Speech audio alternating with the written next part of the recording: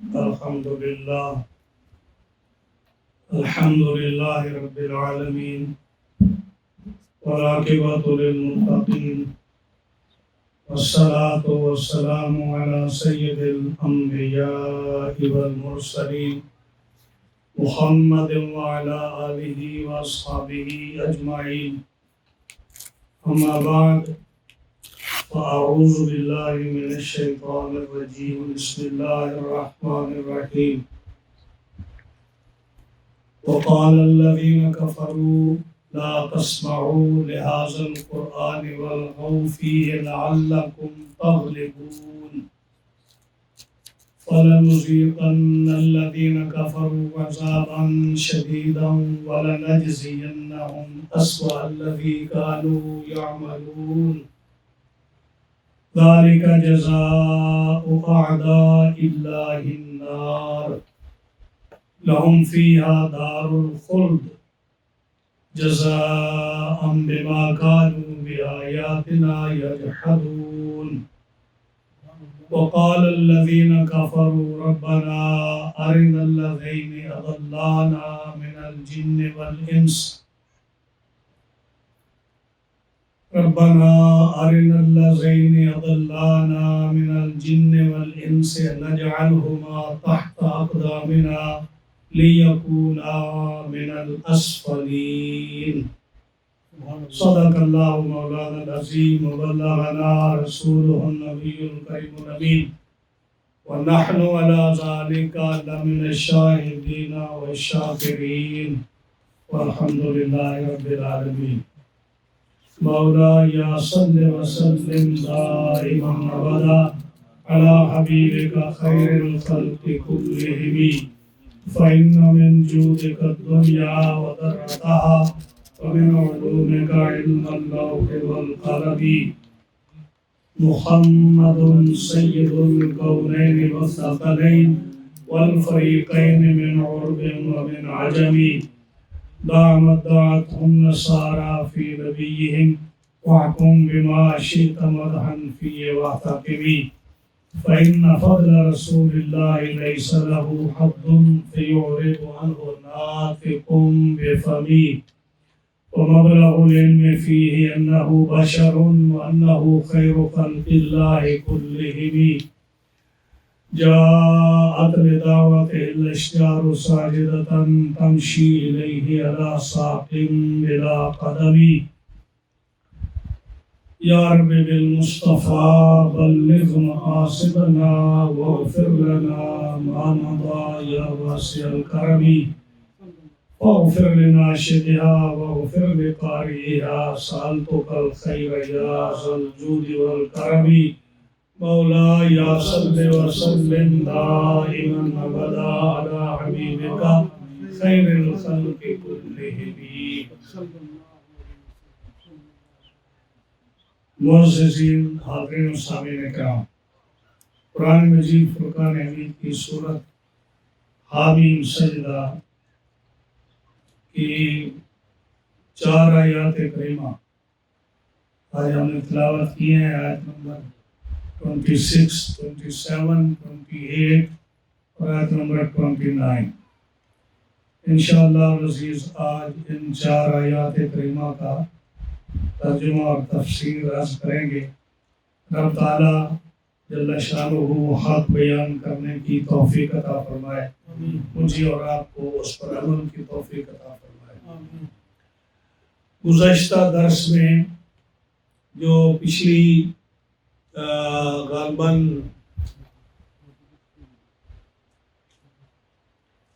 جو پورا رکوع تھا پچھلا، اس میں 7 آیات کریمہ میں جو ذکر تھا وہ کفار کے آخرت کے عذاب کا ذکر تھا. یعنی کافروں کو جب قیامت کے دن اللہ تعالیٰ جل شانہ ان کا حشر فرمائے گا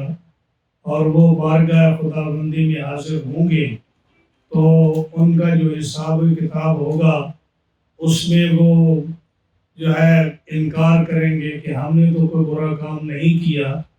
اور آج ہم کسی کی گواہی بھی نہیں مانتے.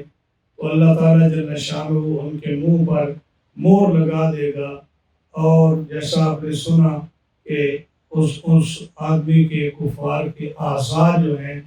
اس کے کان، اس کی آنکھیں، اس کے جسم کے باقی اجزاء جو ہے وہ اس پر گواہی دیں گے،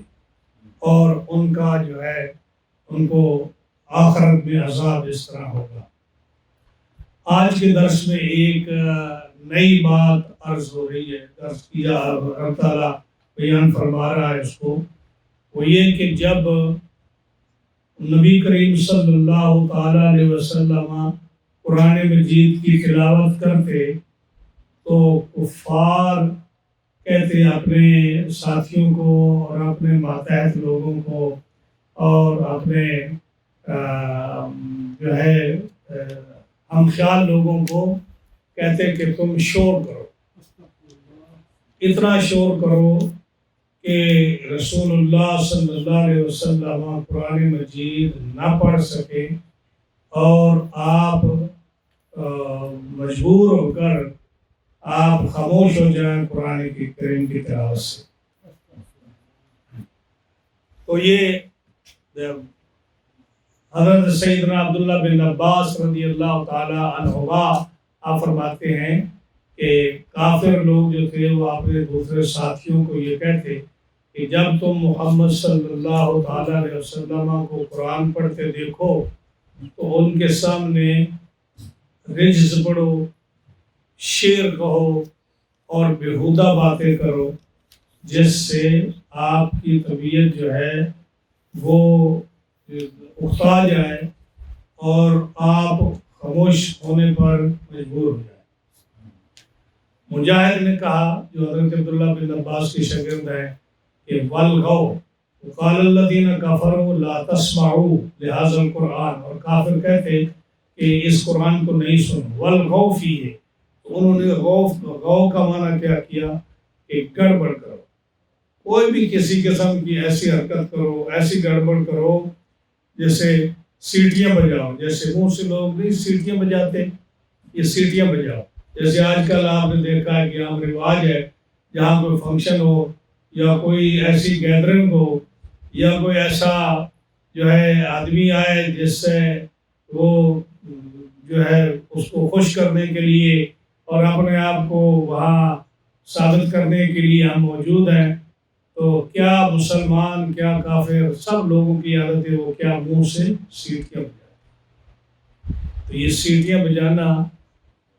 یا تالیاں بجانا یہ مسلمانوں کا طریقہ نہیں ہے۔ کفار کہتے ہیں کہ جب رسول اللہ صلی اللہ علیہ وسلم قرآن پڑھیں، مجاہد کہتے ہیں حضرت عبداللہ بن عباس کی شاگرد کی، وہ کہتے ہیں کہ تم کیا کرو، سیٹیاں بجاؤ۔ ہم مختلف طریقے سے ہاتھ رکھ کے بجاتے ہیں، کوئی زبان کو ایسے بال دے کے دیتے ہیں کہ والدے کہ وہ اس کی سیٹی نکلتی ہے، اور بڑا مطلب ان کا عجیب تجربہ ہے، بہت بڑی زوردار سیٹی ایسی ہوتی ہے کہ ایک کونے سے دوسرے کونے تک آپ اس کی آواز سنتے ہو۔ یا دوسرا کہا کہ وَالْغَوْ فِيهِ، مجاہد نے اس کی تفسیر یہ بھی بیان کی کہ تالیاں بجاؤ۔ تو آئیے تالیاں بجانا یہ بھی اسلام کا کوئی طریقہ نہیں ہے، یہ مسلمانوں کا طریقہ نہیں ہے۔ آج دیکھیں، ہم نے کئی دفعہ دیکھا جب کوئی آدمی تقریر کرتا ہے یا کوئی قرآن مجید کی تلاوت کرتا ہے یا کوئی نعت شریف پڑھتا ہے، تو جب اینڈ ہوتا ہے تو بہت سارے لوگ اس کے جواب میں تالیاں بجاتے ہیں۔ تو یہ تالیاں کہاں سے سیکھی ہیں؟ یہ مسلمانوں کا طریقہ نہیں ہے۔ تو اس کو بھی منع کیا گیا۔ تو یہ مجاہد نے کہا کہ وہ لوگ تالیاں بجاتے تھے، سیٹیاں بجاتے تھے۔ زہاق کہتے ہیں، یہ بھی مفسر ہیں، فرماتے ہیں کہ جب رسول اللہ صلی اللہ علیہ وسلم قرآن پڑھیں تو تم کیا کرو، خوب باتیں کرو، اور ایسی جو کچھ منہ میں آئے وہ کہتے رہو تاکہ گڑبڑ پیدا ہو اور ماحول خراب ہو جائے اور رسول اللہ صلی اللہ علیہ وسلم تلاوت نہ کر سکے۔ یہ کافر یہ حربہ استعمال کرتے۔ سدئی کہتے ہیں کہ ان کا ایسا شور مچاؤ، چاہے جس طریقے سے بھی تم مچا سکتے ہو، چیخو، چلاؤ، یعنی ہر وہ بےہودہ حرکت کرو جس سے رسول اللہ صلی اللہ علیہ وسلم اور صحابہ کرام قرآن مجید کی تلاوت نہ کر سکیں۔ اب اندازہ لگائیے کہ یہ قرآن مجید جو تھا یہ کتنی اہم کتاب ہے، جس کے نہ سننے کے لیے کافر اتنا اہتمام کر رہے ہیں۔ اور اس کی وجہ کیا ہے؟ اس کی وجہ یہ ہے کہ قرآن مجید اتنی فصیح اور بلیغ کتاب ہے، اتنی خوبصورت کتاب ہے،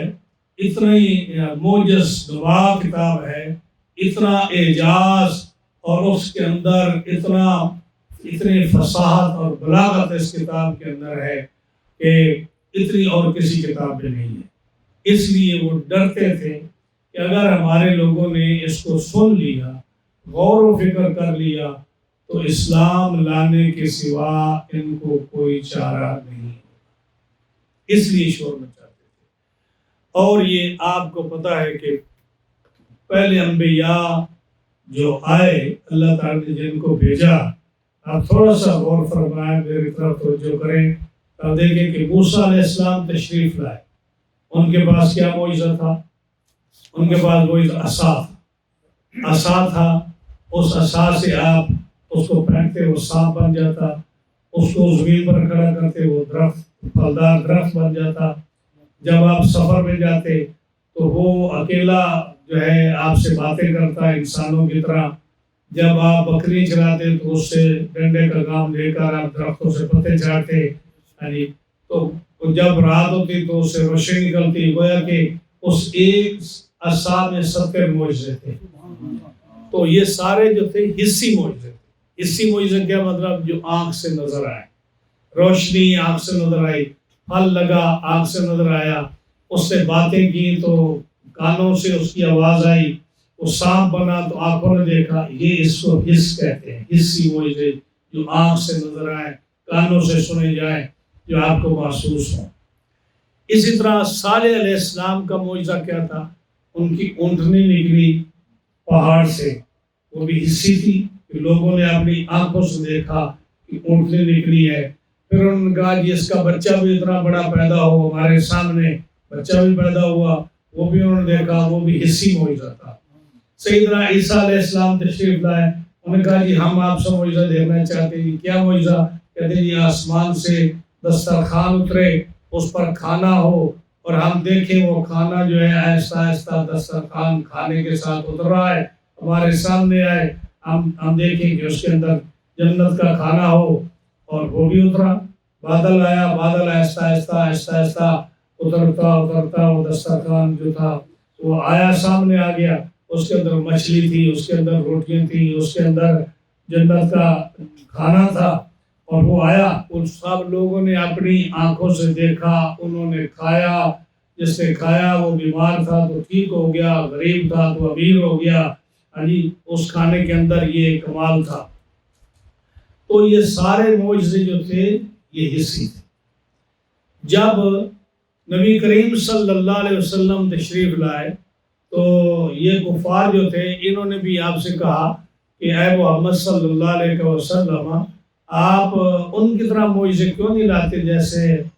جو ہے صالح علیہ السلام کا معجزہ تھا، حضرت ابراہیم علیہ السلام کا معجزہ، اسماعیل علیہ السلام کا معجزہ تھا، موسیٰ و ہارون علیہ السلام کے معجزے تھے، عیسیٰ علیہ السلام کے معجزے تھے، حصی معجزے کیوں نہیں لاتے تم حصی معجزے لاؤ۔ تو اللہ تعالیٰ جل شانہ نے قرآن مجید کی آیت نازل فرمائی۔ رب تعالیٰ نے فرمایا کہ اے محبوب صلی اللہ علیہ وسلم، یہ آپ سے طرح طرح کے جو سوال کر رہے ہیں اور یہ آپ سے معجزات مانگتے ہیں، آپ ان کو بتائیے اولم یکفہم انا انزلنا علیک الکتاب یتلی علیہم، کیا تمہیں یہ انف اور کافی نہیں ہے کہ ہم نے تم پر کتاب اتاری جو ان پر پڑھی جاتی ہے۔ اللہ نے فرمایا کہ تم جو مانگتے ہو کہ حصی معجزے دو، حصی معجزے، تو نبی گیا اس دنیا سے، معجزہ ختم۔ یعنی جو صالح علیہ السلام کا معجزہ تھا اونٹنی والا، وہ صالح علیہ السلام کے بعد وہ معجزہ نہیں رہا۔ موسیٰ علیہ السلام اس دنیا سے تشریف لے گئے، ان کا معجزہ جو تھا کہ بغل میں ہاتھ ڈالتے، وہ نکالتے تو سفید سورج کی طرح چمکتا تھا۔ عصا زمین پر پھینکتے وہ سانپ بن جاتا تھا، وہ گئے، وہ عصا کا معجزہ بھی ختم ہو گیا اور ید بیضا بھی ختم ہو گیا۔ حضرت عیسیٰ علیہ السلام کا معجزہ تھا کہ وہ جو تھا مائدہ آسمان سے دسترخوان اترتا تھا، وہ اترا، عیسیٰ علیہ السلام گئے، وہ معجزہ بھی چلا گیا۔ تو یہ معجزات جو تھے حصی تھے، وہ چلے گئے، تو ہم نے آپ کو وہ معجزہ دیا اپنے محبوب صلی اللہ علیہ وسلم کو کہ آپ دنیا سے چلے بھی جائیں تو قیامت تک یہ معجزہ مسلمانوں کے پاس ہے۔ کیا آپ کے پاس نہیں یہ معجزہ؟ یعنی جو رسول اللہ صلی اللہ علیہ وسلم کے زمانے میں یہ معجزہ تھا، اللہ تعالیٰ نے اپنے محبوب صلی اللہ علیہ وسلم پر قرآن نازل فرمایا تھا، بالکل بعین ہی وہی قرآن، وہی الفاظ، وہی حروف، بلکہ وہی کتابت جو صحابہ نے کی تھی، آج بھی وہی کتابت موجود ہے۔ آج بھی اگر آپ دیکھیں قرآن مجید کو، اس کے اندر جو کتابت ہے اس کو بھی چینج کرنا منع ہے۔ آپ کے زمانے میں یا پہلے زمانوں میں کتنے رسم الخط عربی کیا ہے، عربی کی ہینڈ رائٹنگ بدل گئی، اس کے رسم الخط بدل گئے، لیکن آپ قرآن کی ہینڈ رائٹنگ کو نہیں بدل سکتے۔ قرآن کی ہینڈ رائٹنگ وہی رہے گی، وہی ان کے جو الفاظ رہیں گے جو صحابہ کے دور میں تھے، اسی طرح میم آئے گی، اسی طرح سین لکھی جائے گی۔ ایک مثال کے طور پر آپ سین کیسے لکھتے ہو؟ سین کے دو طریقے لکھنے کے، ایک ہے جس کے 3 دانت ہوتے ہیں، ایک ہے جو بالکل جو ہے تلوار کی طرح لکھتے ہو۔ آپ تلوار کی طرح وہ سین جو ہے ایسے چھری کی طرح وہ نہیں لکھ سکتے، کیوں کہ صحابہ کرام کے دور میں وہ سین اس طرح نہیں لکھی جاتی۔ تو جتنے رول تمہارے بدلتے جائیں، قرآن مجید کے اندر جو صحابہ نے جہاں زبر زیر حمزہ لکھا تھا، جہاں جو حرف زائد لکھا تھا، اس کو بھی آپ نہیں کاٹ سکتے، بالکل اسی طرح سے وہ حروف کی ادائیگی آپ کو لکھنی پڑے گی۔ تو فرمایا یہ ہمارے نبی صلی اللہ تعالیٰ علیہ وسلم کا وہ معجزہ ہے جو ان انبیاء کی طرح حصی نہیں ہے۔ حصی معجزے بھی آپ کے تھے جو آپ کے جانے کے ساتھ وہ ختم ہوئے، لیکن اگرچہ وہ معجزے ختم ہو گئے، لیکن حضور کی امت کے اولیاء اور علماء جو ہیں ان سے وہ معجزے سرزد ہوتے ہیں۔ آپ دیکھتے ہو رسول اللہ صلی اللہ علیہ وسلم نے مردوں کو زندہ فرمایا، حضور تشریف لے گئے، حضور کی امت کے اولیاء نے مردوں کو زندہ کیا۔ نبی کریم صلی اللہ علیہ وسلم کے زمانے میں کھاری کنویں جو ہیں آپ کے تھوک ڈالنے سے، پانی ڈالنے سے، وضو کا پانی ڈالنے سے میٹھے ہوئے۔ آج جو ہے کئی ایسے اولیاء کی کرامتیں موجود ہیں کہ کھاری کنواں ہے، اس کے اندر پانی ڈالا تو وہ میٹھا ہو گیا۔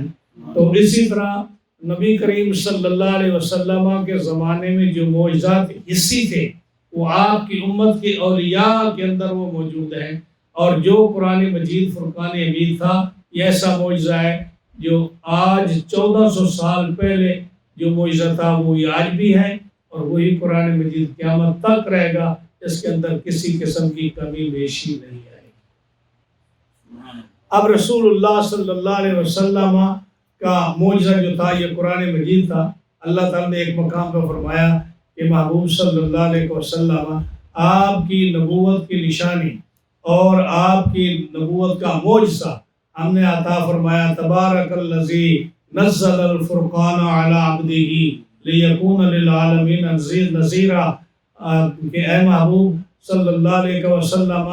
برکت والی ہے وہ ذات جس نے آپ پر فرقان اور قرآن مجید آپ پر اتارا، یعنی اپنے بندہ خاص پر اتارا، لیکون للعالمین نذیرا، تاکہ یہ قرآن جو ہے یہ عالمین کے لیے نذیر اور ڈرانے والی کتاب بن جائے۔ تو یہ قرآن مجید فرقان حمید کتنا بڑا معجزہ ہے۔ اب یہ ہے یہ کفار کیوں شور مچاتے ہیں، اب اس کی میں تھوڑی سی بات عرض کر کے پھر آگے چلتا ہوں۔ کفار اس لیے شور مچاتے تھے کہ ہر دور میں جو اللہ تعالیٰ نے انبیاء علیہ السلام کو بھیجا تو اس وقت کی قوم کے مطابق، ان حالات کے مطابق، ان قوموں کے علم کے مطابق اور اس وقت جو چیز غالب تھی اس کے مطابق اللہ تعالیٰ نے انبیاء علیہ السلام کو بھیجا۔ مثلا نمرود جو تھا وہ اپنے آپ کو کیا کہتا تھا کہ میں رب ہوں، میں رب ہوں، مجھے سجدہ کرو۔ تو حضرت ابراہیم علیہ السلام کو اللہ تعالیٰ نے اس زمانے میں پیدا فرمایا۔ جب سیدنا ابراہیم علیہ السلام گئے اس کے دربار میں گندم لینے کے لیے، تو وہ گندم اس کو دیتا تھا جو اس کو سجدہ کرے اور کہے نمرود کو کہ تو میرا رب ہے۔ جب نمرود جو ہے اپنے آپ کو سجدہ کراتا، اس کو گندم دیتا۔ سیدنا ابراہیم علیہ السلام جب گئے اس کے پاس تو اس نے کہا کہ کیا میں تیرا رب نہیں ہوں؟ فرمایا میرا رب تو وہ ہے الذی یحیی و یمیت، جو زندہ بھی کرتا ہے موت بھی دیتا ہے۔ اس نے کہا یہ تو میں بھی کر سکتا ہوں۔ کیسے کر سکتا ہے؟ اس نے 2 قیدی بلائے، جس کو پھانسی کا حکم تھا اس کو چھوڑ دیا، اور جو بیچارہ بے قصور تھا اس کو پھانسی لگا دی۔ دیکھ لو، میں بھی جو ہے نا مارتا بھی ہوں، زندہ بھی رکھتا ہوں۔ جس کو میں نے زندہ رکھنا تھا اس کو میں نے مار دیا، اور جس کو میں نے مارنا تھا اس کو میں نے چھوڑ دیا۔ اب یہ ایک جو ہے بالکل تھوڑے سے عقل دماغ والا بھی آدمی یہ سوچ سکتا ہے کہ یہ تو نہیں ہے نا زندہ کرنا اور مارنے کا مطلب، کہ آلریڈی جو 2 آدمی زندہ ہیں ان میں سے ایک کو چھوڑ دینا اور ایک کو زندہ رکھنا، یہ تو نہیں ہے زندہ کرنا مارنا۔ زندہ کرنے کا مطلب یہ ہے کہ مرے ہوئے کو زندہ کرنا، اور زندہ کا مطلب مارنے کا مطلب ہے زندہ جو ہے اس کو تبھی موت دے کر اس کو مارنا۔ لیکن جب اتنا ہی کوئی آدمی بے وقوف ہو کہ جس کو یہ بھی پتہ نہ ہو کہ زندہ کرنے کا اور مارنے کا کیا مطلب ہے، تو آپ سیدنا ابراہیم علیہ السلام نے اس پر وقت ضائع نہیں کیا۔ آپ نے فرمایا کہ یہ اس کا دماغ موٹا لگتا ہے مجھے، اب اس کے ساتھ میں اپنا وقت کیوں ضائع کروں؟ آپ نے فرمایا میں دوسری دلیل دیتا ہوں۔ فرمایا کہ میرا رب وہ ہے کہ جو مشرق سے سورج کو طلوع کرتا ہے مغرب کی طرف لے کے آتا ہے۔ اگر تو رب ہے تو تم مغرب سے نکال، مشرق کی طرف لے کر۔ اب یہ دلیل جو تھی، یعنی جو ایسا موٹے دماغ کا آدمی تھا اس کے سامنے آپ نے وہ دلیل پیش کی جو ہر ایک کی سمجھ میں آنے والی تھی۔ جب اس نے یہ سنا تو اس کا اتنا دماغ جو تھا موٹا تھا کہ اگر وہ ہوشیار ہوتا، چلاک اتنا ہوتا تو وہ کہہ دیتا کہ مشرق سے تو میں نکالتا ہوں، مغرب کی طرف لے کے جاتا ہوں،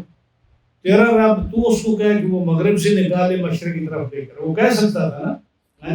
لیکن اس کے ذہن میں یہ بات آئی نہیں۔ لیکن مفسرین فرماتے ہیں اس آیت کی تفسیر میں کہ اللہ تعالیٰ نے جبریل کو بھیجا کہ جبریل چلا جا، ہو سکتا ہے نمرود جو ہے حالانکہ وہ سب چیزوں کو جانتا ہے لیکن اپنے نبی کی شان بیان کرنے کے لیے، ظاہر کرنے کے لیے رب تعالیٰ نے جبریل کو بھیجا، ورنہ اس کو تو پتا تھا کہ یہ نمرود نہیں کہہ سکے گا، اور کیونکہ اس رب کو سارا علم ہے، لیکن جبریل کو کہہ کر بھیجا کہ چلا جا وہاں، اور اگر نمرود یہ کہے کہ مشرق سے میں نکالتا ہوں مغرب کی طرف لے کے جاتا ہوں، تو اپنے رب سے کہے کہ مغرب سے نکال اور مشرق کی طرف لے کے آ۔ جب وہ میرے نبی کو کہے تو اپنے حضرت ابراہیم علیہ السلام کو کہہ دینا کہ ابراہیم اشارہ کرو مغرب کی طرف، سورج مغرب سے نکل آئے گا، سورج مغرب سے نکل آئے گا، آپ اشارہ کریں۔ جبریل یہ تیار تھے یہ کرنے کے لیے۔ اور یہ دیکھ لو آپ رسول اللہ صلی اللہ علیہ وسلم کا جب دور میں جب حضرت علی کی نماز عصر قضا ہوئی اور آپ نے وہ واقعہ کئی دفعہ سنا ہوگا کہ آپ نے یہ حدیث صحیح ہے، امام طحاوی نے اس کو کہا کہ صحیح حدیث میں کوئی ضعف کوئی کمزوری نہیں ہے، تو آپ نے جب مغرب کی طرف اشارہ کیا سورج کی طرف تو سورج جو ہے ایسے واپس لوٹا، کان الشمس معلقۃ باصابع رسول اللہ صلی اللہ علیہ وسلم، سورج ایسے واپس دوڑا آیا گویا کہ وہ رسول اللہ صلی اللہ علیہ وسلم کی انگلی سے بندھا ہوا۔ اب یہ معجزہ جو تھا ابراہیم علیہ السلام کو ایسے دور میں بھیجا ایسے کے پاس، اسی طرح ہر نبی کو حضرت عیسیٰ علیہ السلام کو بھیجا، ان کو پتا آپ نے کیا بھیجا؟ بیماریوں کا علاج کرنے کے لیے، کوڑی کے ہاتھ جسم پر ہاتھ پھیرتے وہ ٹھیک ہو جاتا، مادر ذات اندھے کی آنکھ پر ہاتھ پھیرتے اس کو جو ہے آنکھیں مل جاتی، اور برس والے کو آپ ہاتھ لگاتے وہ ٹھیک ہو جاتا، مردے پر ہاتھ لگاتے وہ مردہ زندہ ہو گیا، کیونکہ اس دور میں طب کا بڑا زور تھا، تو اللہ تعالیٰ نے ایسے معجزات دے کر حضرت عیسیٰ علیہ السلام کو دیا۔ نبی کریم علیہ السلام کے دور میں جو عرب تھے ان کو فصاحت اور بلاغت پر بڑا ناز تھا۔ آپ نے سنا کہ جو وہ اپنے آپ کو کیا کہتے ہیں؟ ان العرب، ہم کون ہیں؟ عرب ہیں، اور دوسرے سارے لوگ کو کیا بولتے ہیں؟ عجم۔ عجم کا کیا مطلب؟ گونگے، یعنی وہ باقی جتنے بھی انگلش بولنے والے ہیں، فارسی بولنے والے ہیں، اردو بولنے والے ہیں، بنگلہ بولنے والے ہیں، پنجابی بولنے والے ہیں، رشین بولنے والے ہیں، اسپینش بولنے والے ہیں، کوئی بھی زبان بولنے والے جتنے بھی عرب کے علاوہ ہیں، عرب ان کو کیا کہتے تھے؟ گونگے۔ یعنی یہ ان کے فصاحت کا عالم تھا، اور عربی زبان اتنی فصیح تھی۔ اگر آپ عربی پڑھیں، ہم نے پڑھی ہے، کوئی کتاب، کوئی زبان اتنی وسیع نہیں ہے جتنی ہم نے عربی دیکھی ہے۔ یعنی آپ اگر عربی کی مثالیں بیان کر لیں تو کوئی بھی زبان، فارسی ہو، آپ عربی انگلش دیکھ لیں، اردو دیکھ لیں، فارسی پنجابی دیکھ لیں، بنگلہ زبان دیکھ لیں، کوئی بھی زبان اس عربی زبان کے مطابق اس کو کور نہیں کر سکتی، یعنی وہ اس کے سامنے تھوڑی ہو جائے گی۔ جتنی عربی وسیع ہے، جتنے عربی کے معنی وسیع ہیں، جتنے الفاظ وسیع ہیں، اتنا آپ کو کسی زبان میں اور نہیں ملے، یہ حقیقت ہے۔ اور جو عرب لوگ تھے، اللہ تعالیٰ نے ان کو ایسا فصیح اور بلیغ بنایا تھا کہ وہ جو ہے، اب اگر کسی شعر کہنے ہوں تو اس کو جو ہے بڑا سوچنا پڑتا ہے، علیحدہ بیٹھنا پڑتا ہے، غور و فکر کرنا پڑتا ہے، شعروں کے نزول کا انتظار کرنا پڑتا ہے تاکہ اس پر وہ کیفیت طاری ہو، وہ شعر پڑھے۔ لیکن عرب کا یہ کمال تھا کہ جب وہ جنگ کے میدان میں جاتے تو آدمی کھڑا ہو جاتا، یا کسی منڈی میں جاتے آدمی کھڑا ہو جاتا، یا کسی محفل میٹنگ میں جاتے وہ عرب کھڑا ہو جاتا، اور بغیر کسی تیاری کے فی البدی وہ ایسا مضمون تیار کر کے فوراً اس کی زبان سے اتنے مشکل الفاظ، وہ اشعار بولتا کہ وہ اگر دشمن ہے تو دشمن کو 2 شعروں میں وہ اپنا دوست بنا لیتا، اگر بزدل ہے تو اس کو شیر اور بہادر بنا دیتا، اور اگر وہ بخیل ہے تو اس کو سخی بنا دیتا، اگر وہ غیر معروف ہے اس کو مشہور بنا دیتا، اور اگر وہ دشمن ہے تو دوست بنا لیتا، اور اگر ناقص ہے تو اس کو کامل بنا دیتا۔ یہ اس کے اندر کمال تھا۔ اب دیکھ لیے حضرت حسان بن ثابت، انہوں نے رسول اللہ صلی اللہ علیہ وسلم کے زمانہ پاک میں آپ کی شان میں اتنے قصیدے اور اتنے شعر کہے، ان کو کوئی بنانے کی ضرورت نہیں ہے، ممبر پر کھڑے ہیں اور ایسے پھر بدی کہتے چلے جا رہے ہیں، پھر بدی کہتے چلے جا رہے ہیں۔ حضرت جو ہے جو باقی حضور کے صحابہ جتنے بھی شاعر تھے سرکار کے، ان کا بھی یہی عالم تھا، یا جتنے باقی شاعر تھے، لبید بن ربیہ ایک شاعر ہے جس نے جو کہ آخری عمر میں یعنی وہ اسلام لایا، اور اسلام لانے کے بعد 60 سال اس کے اسلام میں گزرے، حالانکہ اس کی کافی عمر گزر چکی تھی، لیکن 60 سال اس کے اسلام میں گزرے۔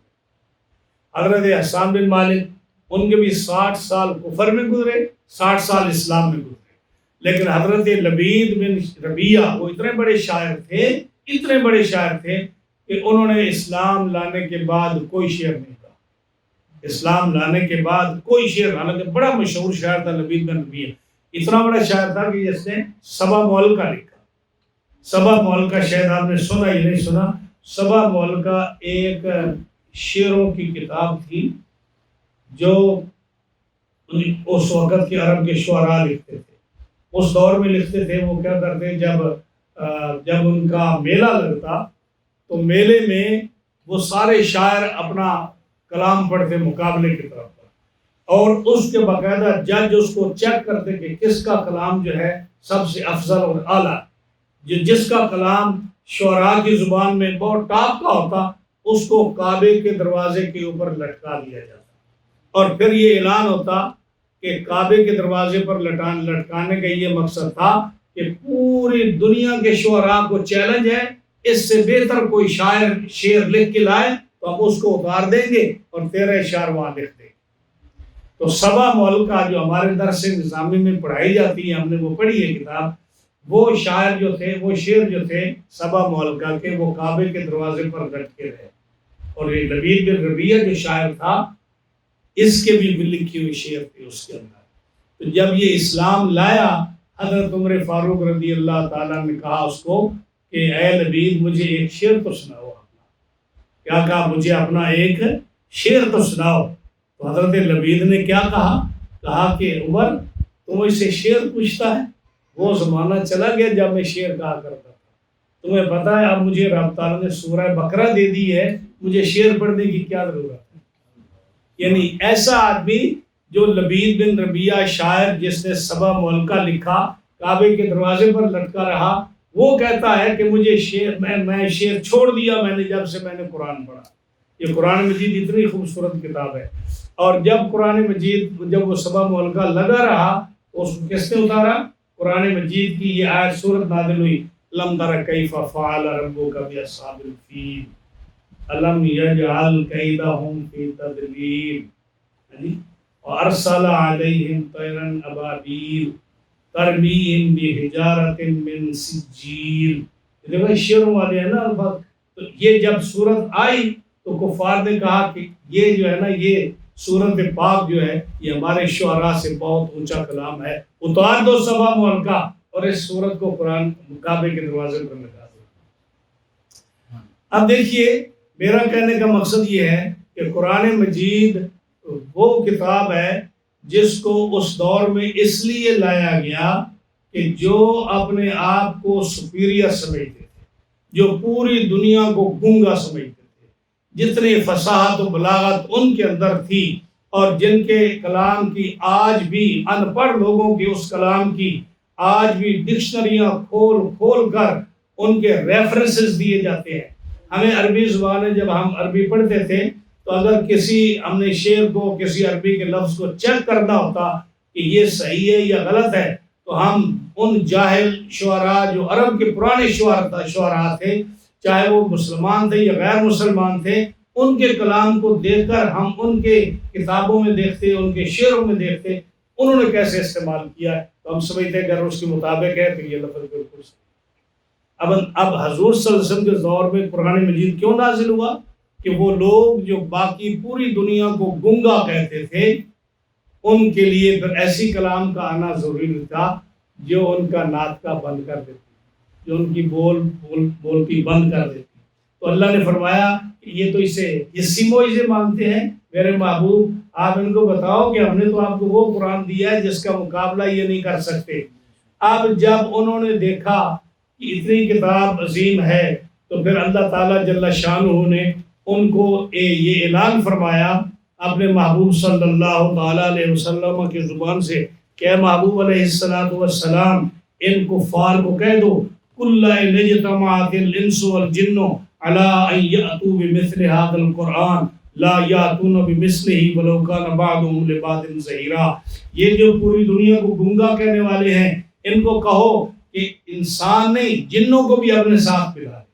کیونکہ جن بھی بڑے فصیح و بلیغ ہوتے ہیں، جنوں کے کلام اور زیادہ مشکل ہے. آپ نے جنوں کا کلام سنا یا نہیں سنا ہماری سمجھ میں بھی آنے والا نہیں ہے. ہم جنوں کو بھی بلا لو، انسانوں کو بھی بلا لو اور تم ان کو کہو کہ اس قرآن کی مثل بنا کر لاؤ،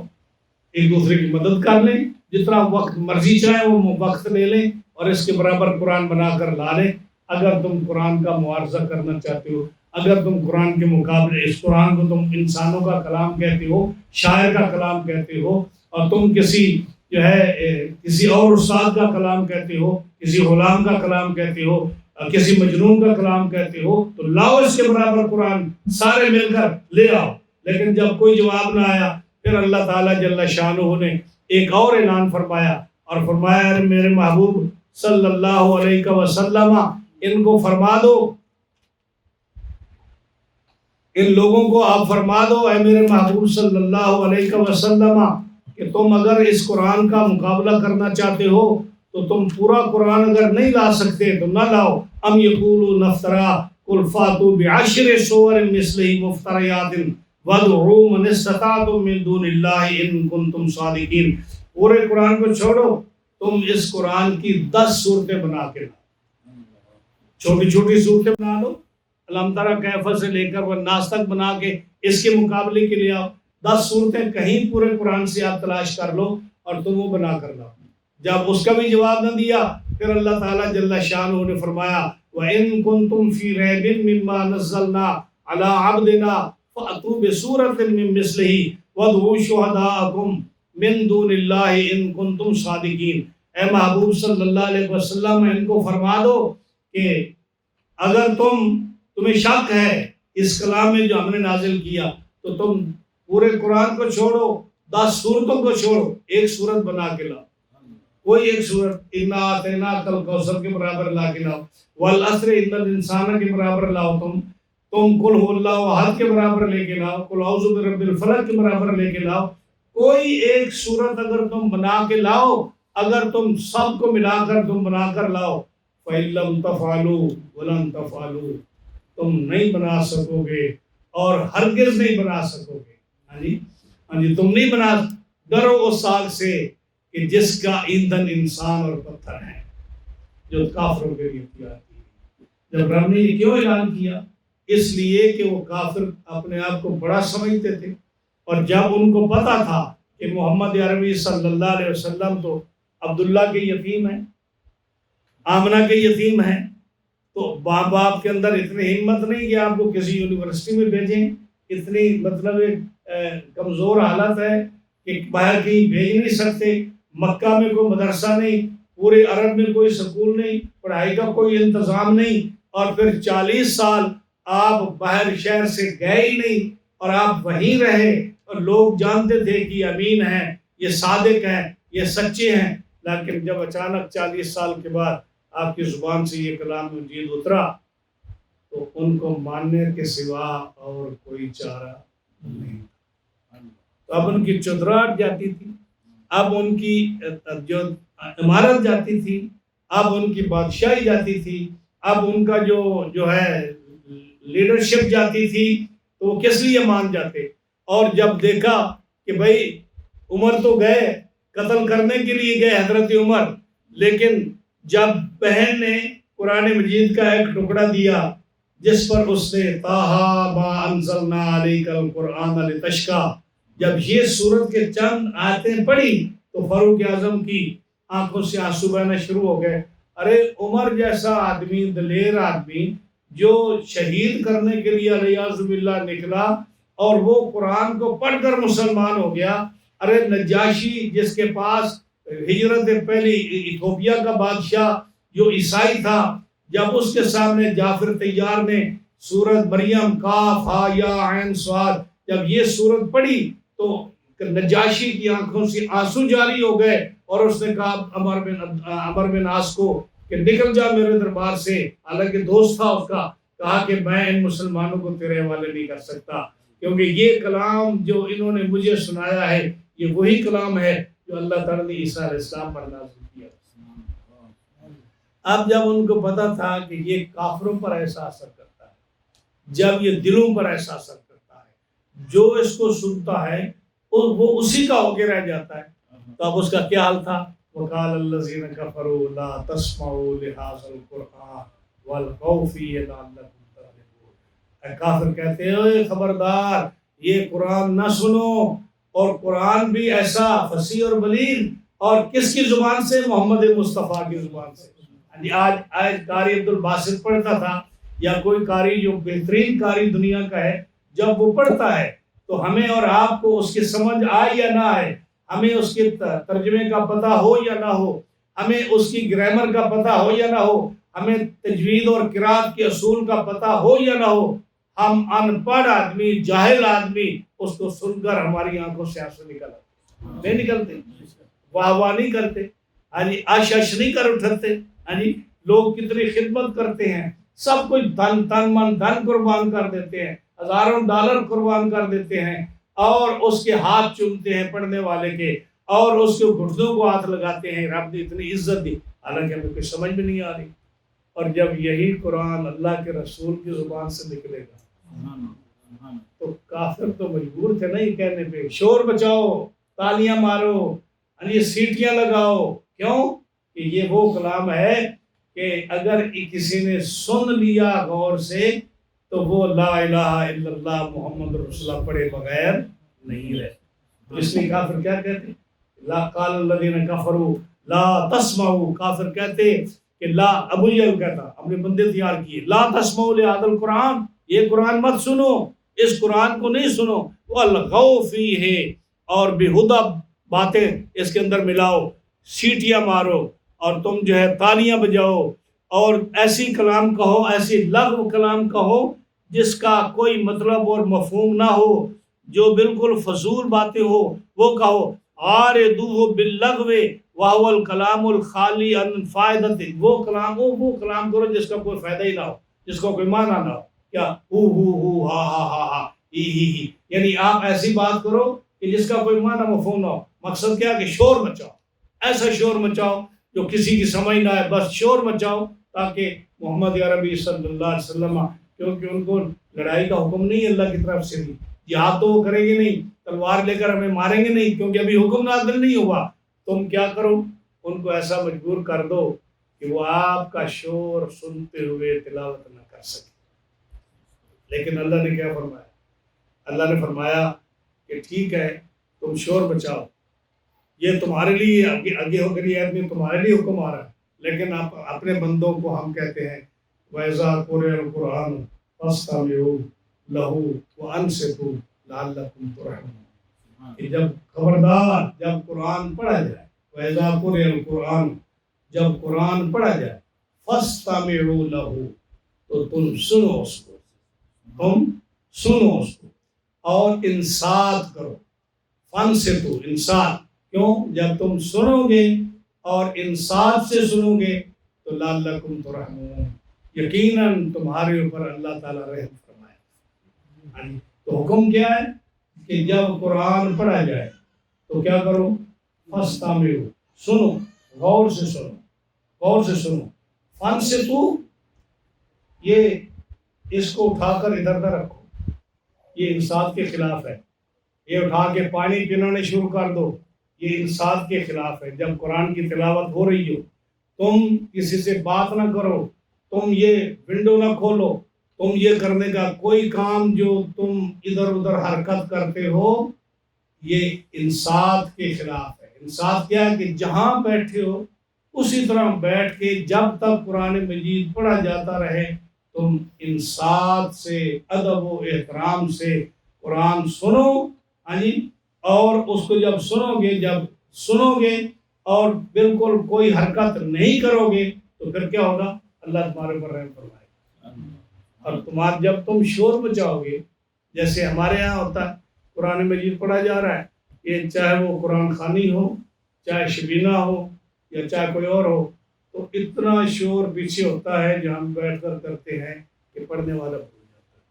جب تراویح ہوتی ہے اتنا شور ہوتا ہے کہ قاری صاحب کو کہنا پڑتا ہے جناب کوئی ہے جو ان کو روکنے والا ہو۔ جب درس ہو رہا ہو، قرآن مجید پڑھا جا رہا ہو، تو بچوں میں، عورتوں میں ادھر ادھر اتنا شور ہوتا ہے کہ کہا جاتا ہے میاں کوئی تھوڑا خیال کرو۔ تو یاد رکھو یہ آداب قرآن کے خلاف ہے، اور صرف خلاف ہی نہیں، تمہارے لیے جو رحمت اللہ نے بھیجنی ہوتی ہے وہ رک جاتی ہے۔ رحمت تب آتی ہے جب تم اس قرآن مجید کی اس آیت کے مطابق قرآن مجید کو سنو۔ اور یہی وجہ ہے کہ علماء نے ایک مسئلہ نکالا کہ جب امام جو ہے وہ پڑھ رہا ہو مغرب کی نماز میں، عشاء کی نماز میں، فجر کی نماز میں، تو جو حکم ہے کہ امام کے پیچھے فاتحہ بھی نہ پڑھو، کیونکہ بعض احادیث میں آتا ہے کہ رسول اللہ صلی اللہ علیہ وسلم جب نماز پڑھتے تو پیچھے سے کسی نے پڑھا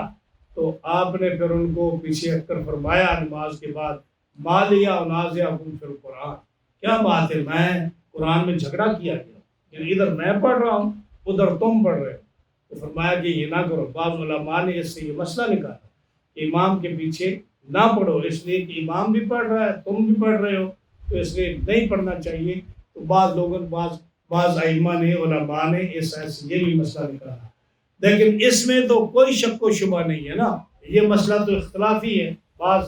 ائمہ جو ہے وہ جائز قرار دیتے ہیں امام کے پیچھے پڑھنا، بعض کہتے ہیں کہ نہیں پڑھو، جیسے امام ابو حنیفہ کے نزدیک نہیں پڑھنا، امام شافعی رحمۃ اللہ علیہ کے نزدیک پڑھنا۔ لیکن اس میں تو کوئی شک نہیں کہ جب قرآن کی تلاوت ہو رہی ہو نماز سے باہر، اس وقت کیا حکم ہے کہ کوئی آدمی بالکل ذرا برابر شور نہ کرے، قرآن مجید کو غور سے سنے۔ اور اگر کوئی آدمی، صاحب تفسیر ساوی نے غالباً یہ لکھا ہے جو میں نے آج میں نے مطالعہ کیا، وہ فرماتے ہیں وَفِي هَذِهِ الْآيَةُ وعید لکل من یفعل اللغط فی حال قراءۃ القرآن ویشوش علی القاری ویخلط علیہ فإنہ حرام بالاجماع، کہ جو آدمی قرآن مجید کی تلاوت کے دوران شور کرتا ہے کہ پڑھنے والا بھول جائے اور حالت قرآن میں جو ہے وہ ایسے شور مچاتا ہے، تو اس آیت میں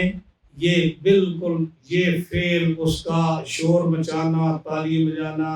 آوازیں نکالنا، باتیں کرنا، فرمایا یہ بالاجماع حرام ہے، کیونکہ جو قرآن کا مطلب ہے پڑھنے کا اور اس کے سننے کا، اس سے فوت ہو رہا ہے۔ اور اگر ایک آدمی اس پر ایمان نہیں رکھتا تو یہ کفر ہے۔ تو وہ کافر جو تھے ان کا تو چونکہ ایمان نہیں تھا، اس لیے اللہ فرماتا ہے کہ جو لوگ شور مچاتے ہیں، اللہ فرمایا فَلَنُذِيقَنَّ الَّذِينَ كَفَرُوا عَذَابًا شَدِيدًا، جو لوگ قرآن مجید رسول اللہ صلی اللہ علیہ وسلم کے پڑھنے میں شور مچاتے ہیں تاکہ وہ قرآن کسی کو سننے نہ دیں، اللہ فرماتا ہے ہم ضرور ان لوگوں کو، ان کافروں کو سخت عذاب چکھائیں گے، سخت عذاب چکھائیں گے، یعنی وَلَنَجْزِيَنَّهُمْ أَسْوَأَ الَّذِي كَانُوا يَعْمَلُونَ، اور جو وہ یہ برا کام کرتے ہیں کہ قرآن مجید پڑھتے ہوئے وہ شور مچاتے ہیں، یہ اتنا برا کام ہے جو یہ کرتے ہیں، اور ہم قیامت کے دن ان کو اس کا بدلہ دیں گے۔ دو باتیں یہاں، ایک بات یہ فرمائی کہ جو قرآن مجید پڑھتے ہوئے اس میں دخل اندازی دیتے ہیں، شور مچاتے ہیں، قرآن کی بے ادبی کرتے ہیں، ہم ان کو سخت ترین عذاب چکھائیں گے۔ اب دیکھو، عذاب ایک ہے چکھانا، ایک ہے عذاب دینا۔ اگر چکھانا جو ہے اس کو رب فرما رہا ہے عذاب شدید چکھائیں گے، تو جب پورا عذاب دیں گے تو کتنی تکلیف ہوگی انسان کو۔ تو فرمایا کہ ہم چکھائیں گے ان کو عذاب، اور جو شور مچاتا ہے یہ اتنا برا کام ہے کہ اس برے کام کے بدلے میں ہم ان کو جزا دیں گے، اس کی سزا دیں گے۔ اور سزا کیا ہے؟ اگلی آیت میں فرمایا ذالک جزاء اعداء اللہ النار، فرمایا اس کی جزا کیا ہے کہ اللہ کے دشمنوں کو ہم آگ اس کا بدلہ دیں گے۔ ان قیامت کے دن ہم ان اللہ کے دشمنوں کو اس فعل کی سزا کیا دیں گے؟ النار، ان کو ہم آگ میں پھینکیں گے، اور وہ آگ کون سی ہے؟ لہم فیہا دار الخلد، وہ ہمیشہ کے لیے اس آگ میں رہیں گے۔ کافر جو حضور صلی اللہ علیہ وسلم کے کلام مجید پڑھنے اور سننے میں جو شور مچاتے تھے تاکہ وہ کلام جو ہے نہ سن سکیں، فرمایا اس آگ میں یہ ہمیشہ رہیں گے۔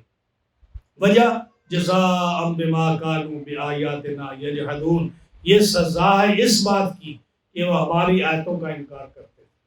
کیونکہ وہ شور مچاتے تھے۔ شور مچانے کی وجہ کیا تھی؟ کہ اس قرآن پر ہم ایمان نہیں رکھتے، اگر یہ کوئی سن لے گا تو وہ ایمان لائے گا، تو اگر وہ ایمان لائے گا تو ہمارے لوگ جو ہے وہ ایسا ایسا کر کے مسلمان ہوتے چلے جائیں گے، تو ہم ایمان نہیں رکھتے، ہم اتنا شور مچائیں کہ کوئی آدمی اس کو سنے نہیں، تو اللہ کی آیتوں کو نہ سنے گا نہ ایمان لائے گا۔ تو اللہ فرماتا ہے کہ جو ہماری آیتوں کا انکار کرتے ہیں اس کی وجہ سے ہم ان لوگوں کو جو ہے سخت ترین عذاب دیں گے، اور وہ عذاب کیا ہوگا؟ جہنم کا عذاب ہوگا۔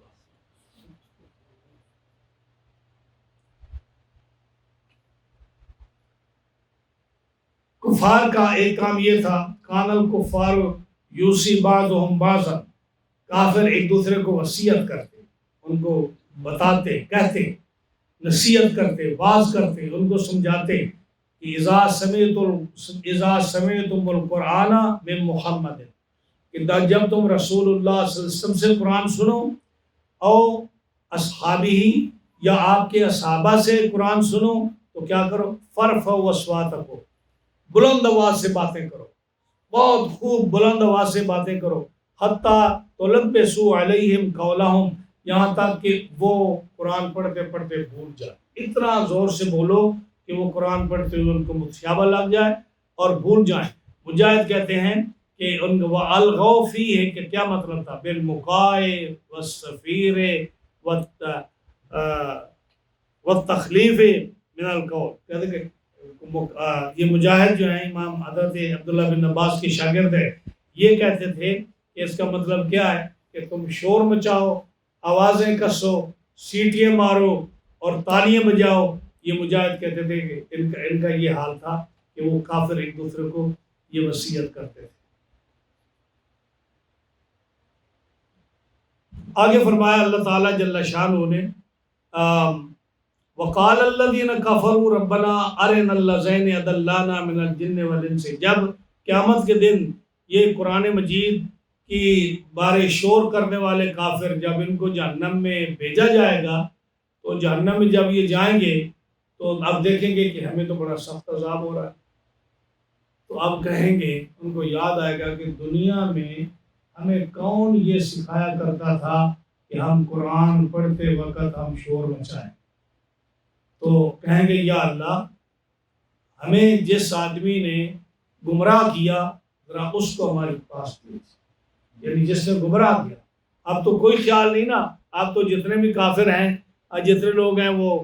ان کو اس چیز کی کوئی پرواہ نہیں کہ قیامت کا خوف ہی نہیں، ڈر ہی نہیں، لیکن جب قیامت میں جہنم میں جائیں گے وہ عذاب آئے گا تو وہ کہیں گے کہ یا اللہ جس آدمی نے ہمیں گمراہ کیا اور جو آدمی جس نے ہمیں اس رستے پر لگایا جس کی وجہ سے آج ہم جہنم میں ہیں، ذرا ان کو یا اللہ ہمارے سامنے کر، وہ جن ہو یا انسان ہو، اس کو ہمارے پاس بھیج تاکہ ہم اس کو اپنے پاؤں کے نیچے لتاڑیں، روندیں اس کو، اور اس کو ٹھڈے مار مار کر ہم اس کو نیچے والی جہنم میں پھینک دیں جو سب سے زیادہ سخت عذاب جس میں ہے۔ قرآن مجید فرماتا ہے۔ آج قرآن اس بات کو بار بار کہہ رہا ہے، کسی کو اس چیز کا خیال ہی نہیں، احساس ہی نہیں۔ ان لوگوں کو یہ سارے ترجمہ پڑھتے ہیں، قرآن مجید کی آیتیں سنتے ہیں، لیکن قرآن مجید بار بار فرما رہا ہے، فرمایا کہ وہ لوگ جو ذالک، فرمایا وقال الذین کفروا، کافر قیامت کے دن کہیں گے ربنا، اے ہمارے رب، ارنا اللذین، ہمیں دکھا وہ جو جن لوگوں نے ہمیں گمراہ کیا، وہ جن ہوں یا انسان ہوں۔ دو ہی تو قومیں ہیں جن کی طرف قرآن مجید جو ہے جن کی طرف نازل ہوا، وما خلقت الجن والانس الا لیعبدون۔ یہ جو ہے رب نے فرمایا کہ ہم نے جنوں کو بھی اور انسانوں کو بھی پیدا کیا ہے کہ وہ میری عبادت کریں، یعنی فرشتے بھی مکلف نہیں ہیں، ہاں جی، اور جن اور انسان مکلف ہیں، جانور بھی مکلف نہیں ہیں، ہاں جی، انسانوں کے لیے شریعت کا حکم ہے یا جنوں کے لیے جو ہے شریعت کا حکم ہے۔ تو اللہ فرماتا ہے کہ جب وہ بھی قیامت کے دن کہیں گے کہ وہ جن ہے جس نے ہمیں گمراہ کیا وہ بھی ہمارے سامنے بھیج، اگر انسان ہے اس کو بھی ہمارے سامنے بھیج، اور نجعلہما تحت اقدامنا، تاکہ ہم انہیں اپنے پاؤں کے نیچے روندیں،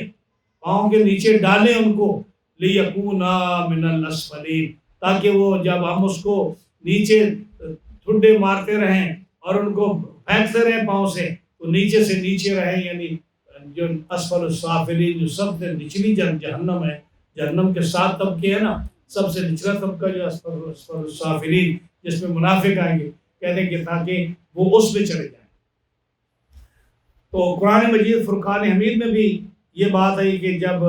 اللہ تعالیٰ جل شانہ نے فرمایا کہ قیامت کے دن جب وہ پوچھیں گے نا تو 2 چیزوں کو مانگیں گے، جنوں میں شیطان اور انسانوں میں شیطان۔ قرآن مجید بھی یہ فرماتا ہے قُلْ أَعُوذُ بِرَبِّ النَّاسِ، ہاں جی، فرما دیجئے کہ میں پناہ مانگتا ہوں برب الناس، لوگوں کے رب کے ساتھ، مالک الناس، جو انسانوں کا مالک ہے، الہ الناس، جو انسانوں کا الہ ہے، من شر الوسواس الخناس، یعنی اس شیطان خناس کے وسوسے سے، جو لوگوں کے دلوں میں وسوسے ڈالتا ہے،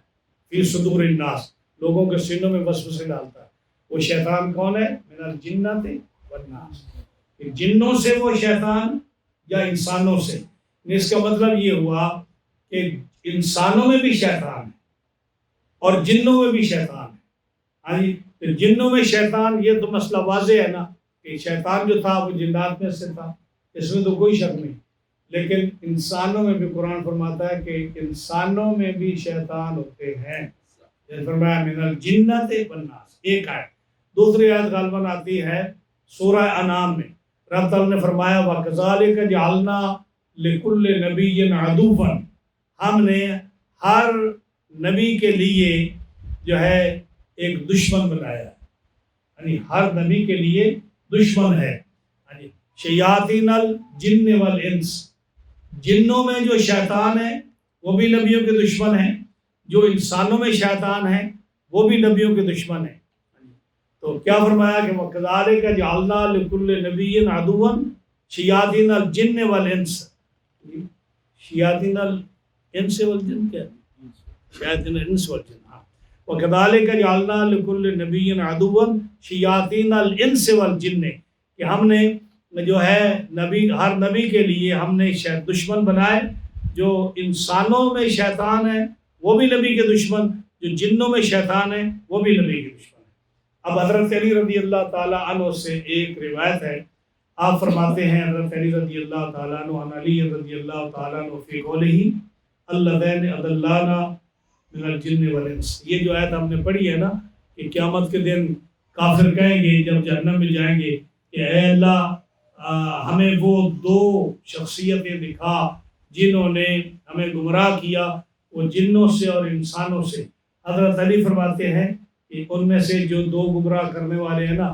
ایک تو ہوگا ابلیس، شیطان۔ اس کا تو آپ کو پتا کہ شیطان ہر آدمی کو ورغلاتا ہے، نبی کے پاس جاتا ہے، صحابی کے پاس جاتا ہے، مسلمان کے پاس جاتا ہے، کافر کے پاس جاتا ہے۔ تو حضرت علی فرماتے ہیں کہ ایک تو جو ہے نا دشمن، جس کو قیامت کے دن ہر جہنمی منگے گا کہ اللہ دے مجھے، ایک ابلیس ہے، اور دوسرا جو ہے ابن آدم الذی قتل اخاہ، دوسرا وہ حضرت آدم علیہ السلام کا بیٹا قابیل جس نے حابیل کو قتل کیا، یعنی جو اس لیے کہ حضرت حابیل کے قتل ہونے سے پہلے انسان نے دنیا میں کوئی گناہ ابھی ایجاد نہیں کیا تھا۔ جو سب سے پہلا گناہ ہوا اس دنیا میں وہ کون سا ہوا کہ جب قابیل نے حابیل کو قتل کیا، یہ پہلا گناہ۔ اور ہم نے پڑھا کہ اس سے پہلے جتنے بھی روئے زمین پر درخت تھے، کوئی درخت ایسا نہیں تھا جس میں کانٹا ہو، کانٹے دار درخت نہیں ہوتا تھا۔ کیوں کہ کانٹا انسان کو تکلیف دیتا ہے، اور جب تک زمین پر نیکیاں تھیں، امن تھا، کفر نہیں تھا، گناہ نہیں تھا، رب نے کوئی کانٹے والا درخت پیدا نہیں فرمایا، ایک بات۔ دوسرا، جو بھی درخت تھا کوئی درخت بغیر پھل کے نہیں تھا، ہر درخت پر پھل تھا، ہر جو ہے پودا جو اگتا تھا اس پر سبزی تھی، یعنی انسانوں اور جانوروں کے کھانے کا سامان زمین سے جو نکلتا تھا، یہ درخت اس دن سے بغیر پھل کے پیدا ہونے شروع ہوئے جس دن سے انسان نے زمین پر گناہ شروع کیا۔ اس دن سے روئے زمین پر کانٹے دار درخت شروع ہوئے جس دن سے انسان نے گناہ شروع کیا۔ تو جب گناہ نہیں تھا اس وقت تک کوئی درخت کانٹے والا نہیں تھا، کوئی درخت بغیر پھل کے نہیں۔ اب دیکھیے انعام، اسی بات کو آپ ذرا غور فرمائیے کہ آج دنیا میں حقیقتاً ہم اس کے مستحق نہیں ہیں کہ کوئی درخت بھی پھلدار، جتنے انسان گناہ کرتا ہے کوئی انسان بھی اس کا حقدار نہیں ہے۔ اور اپنے کئی حدیث میں ہم نے درس پہلے دیا ہے، کئی آیات کا ہم درس دے چکے ہیں کہ رب تعالیٰ جو ہمیں رزق دیتا ہے وہ دو مخلوقوں کی وجہ سے دیتا ہے۔ ایک بچوں کی وجہ سے، جو بچے نابالغ ہیں، معصوم بچے ہیں، چھوٹی عمر کے بچے ہیں، ایک کیونکہ ان بچوں کا گناہ کوئی نہیں، اور ان کا جب گناہ نہیں ہے رب تعالیٰ ان سے ناراض نہیں ہے، تو رب تعالیٰ نے یہ رزق ان کے لیے اتارا ہے جو ہم کھاتے ہیں۔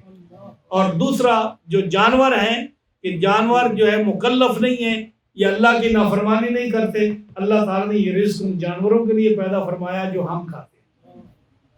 اور ہم کیا کرتے ہیں؟ ہم ان جانوروں پر بھی ظلم کرتے ہیں، ان کو نہیں دیتے، اور بچوں پر بھی ظلم کرتے ہیں، نہیں ان کا رزق دیا ہوا ان کا کھاتے ہیں اور ان پر ظلم و ستم بھی کرتے ہیں۔ تو کاش انسان جو ہے یہ اپنا محاسبہ کرتا، اپنے عقل سے کام لیتا کہ وہ یہ کیا کر رہا ہے۔ تو حضرت علی فرماتے ہیں رضی اللہ تعالیٰ عنہ کہ دو جو ہے نا قیامت کے دن جب جہنمی ان کو بلائیں گے اپنے دشمنوں کو، تو ایک ابلیس ہوگا، دوسرا وہ قابیل ہوگا جس نے اپنے بھائی حابیل کو قتل کیا. ابلیس اس لیے الداعی الی کل شر من شرک فما دونہ، کہ ابلیس اس لیے کہ ابلیس وہ شیطان ہے جس نے ہر انسان کو شرک کی دعوت دی، جس نے ہر گناہ کا کام انسان کو سکھایا ہے. فرمایا اس لیے شیطان جو ہے یہ بھی جائے گا اور یہ بھی دوزخ میں ایک اس کو پیش کیا جائے گا، اور دوسرا ابن آدم یعنی جو ہے قابیل، اس کو بلایا جائے گا، وہ جائے گا. کما ثابت فی الحدیث کہ اس کو ما قتلت نفس ظلما یعنی الا کان علی ابن آدم الاول، یعنی کہ قیامت کے دن جو بھی گناہ ہوگا، ہر گناہ اس کی سزا، خاص کر قتل کی، کہ قتل جو ہے جتنا اس قاتل کو اس کا گناہ ہوگا اتنا گناہ اس کو دیا جائے گا جس نے سب سے پہلے قتل کا دروازہ کھولا. اسی طرح جو حدیث آتی ہے من سن فی الاسلام سنتا حسنتا فلہ اجرها واجر من عمل علیہا ومن سن فی الاسلام سنتا سیئتا فلہ وزرها ووزر من عمل علیہا او کما قال رسول اللہ صلی اللہ علیہ وسلم، کہ جس آدمی نے زمین پر ایک اچھا کام شروع کیا اور قیامت تک اس پر عمل کرنے والا، جو اس کو اجر ملے گا، جتنا اس کو ملے گا اتنا اس کو ملے گا جس نے یہ کام شروع کیا. اور جس آدمی نے برا کام شروع کیا اس پر جتنے لوگوں نے برا عمل کیا اس پر گناہ کا، جتنا گناہ اس عمل کرنے والے کو ملے گا، سزا ملے گی، اتنا ہی گناہ ہر آدمی کا اس کو ملے گا اکٹھا کر کے جس آدمی نے اس کام کو شروع کیا. جیسے آپ دیکھتے ہو کہ ایک آدمی نے آج ایک کام شروع کیا اور اس نے پھر جو ہے نا ایک اکاؤنٹ بنا لیا، اور پھر جتنے آدمی اس سے بینیفٹ لیتے گئے ان کا پرافٹ جو ہے اور اس آدمی کو ملتا سب سے زیادہ اس کو ملے گا جس نے کمپنی شروع کی. سمجھنا آسان ہے نا اس کے لیے، جیسے اس کو سارا کچھ ملتا ہے. یہی مثال اس کی، ایک آدمی نے اچھا کام کیا، اب جتنے آدمی اچھا کام کرتے چلے جائیں گے اس کی پرسنٹیج نکال کر آٹومیٹکلی اس کے اکاؤنٹ میں آتی جائے گی جس نے اچھا کام کیا. جس نے برا کام شروع کیا اسی عمل کرنے والوں کی پرسنٹیج گناہوں کی نکال کر اس کو ملے گی جس نے کام شروع کیا. یہی مطلب حضرت علی کی اس حدیث کا ہے جس کو بخاری، مسلم، ترمذی اور نسائی نے بیان کیا کہ ان کو بھی اسی طرح. تو یہ تھا آج کا درس 4 آیات کریمہ کا، جس کا ہم نے ترجمہ عرض کیا، تفسیر عرض کر دی. آج ہم آپ کو زیادہ بٹھانا نہیں چاہتے، تو ظاہر ہے جی روٹی کا بھی جو ہے بہت ہے، لیکن بہرحال ہم نے آج پورے رقیق آدھا رکوع جو ہے بیان کیا ہے. اللہ تعالیٰ اس کو اپنی بارگاہ نبی صلی اللہ علیہ وسلم قبول فرمائے، اور اللہ تعالیٰ ہمیں اس قرآن مجید پر ہمیں عمل کی توفیق عطا فرمائے.